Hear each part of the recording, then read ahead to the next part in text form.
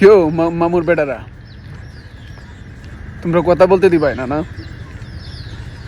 শেখ হাসিনার মতো হইতে চাইতেছো নানি বুঝো না এটা হচ্ছে জেনজি এটা হচ্ছে জেনজি কিতা করবাই তোমরা তোমরার মতোই তোমরা যা চাইবে তাই করতে পারবাই না ওইতে দিব না একদমই না আগে মারছিলে গাড়ে 24শে জুলাই 22 মারছিলে এখন কিতা কইতাছে 26শে বইনা নাই নামি যাইব 22 গায়ে হাত দিত না কি মনে করো মনারা তোমরা কি মনে করো দেশটা এত সোজা আমাদের মূল্য দেশ গিল্লা লাইতা এত সহজ না এটা হচ্ছে জেনজি পোলাপান বর্তমান তরুণ প্রজন্ম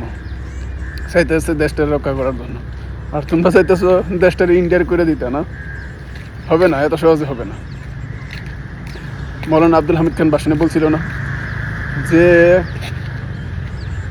মানে ভারত যে আমাদের চিরশত্রু যে জাতি বুঝবে সেই জাতি হয়েছে বাংলাদেশের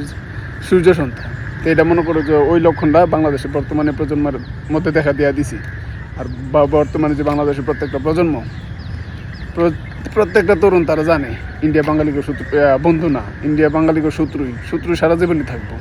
ওরা কখনো মিত্র হইতে পারতো না কারণ ওর ভিতর ভালো না আর জেনজি আমি তো কাম দেখাই দিতেছে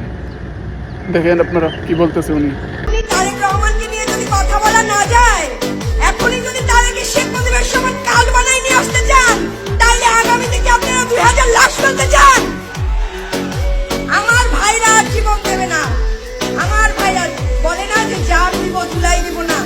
জান আর ভাইদের দিতে দিব না এবার দরকার হলে আমরা বোনেরা জীবন দিব তবুও কোনো ভাইয়ের গায়ে হাত দিতে দিব না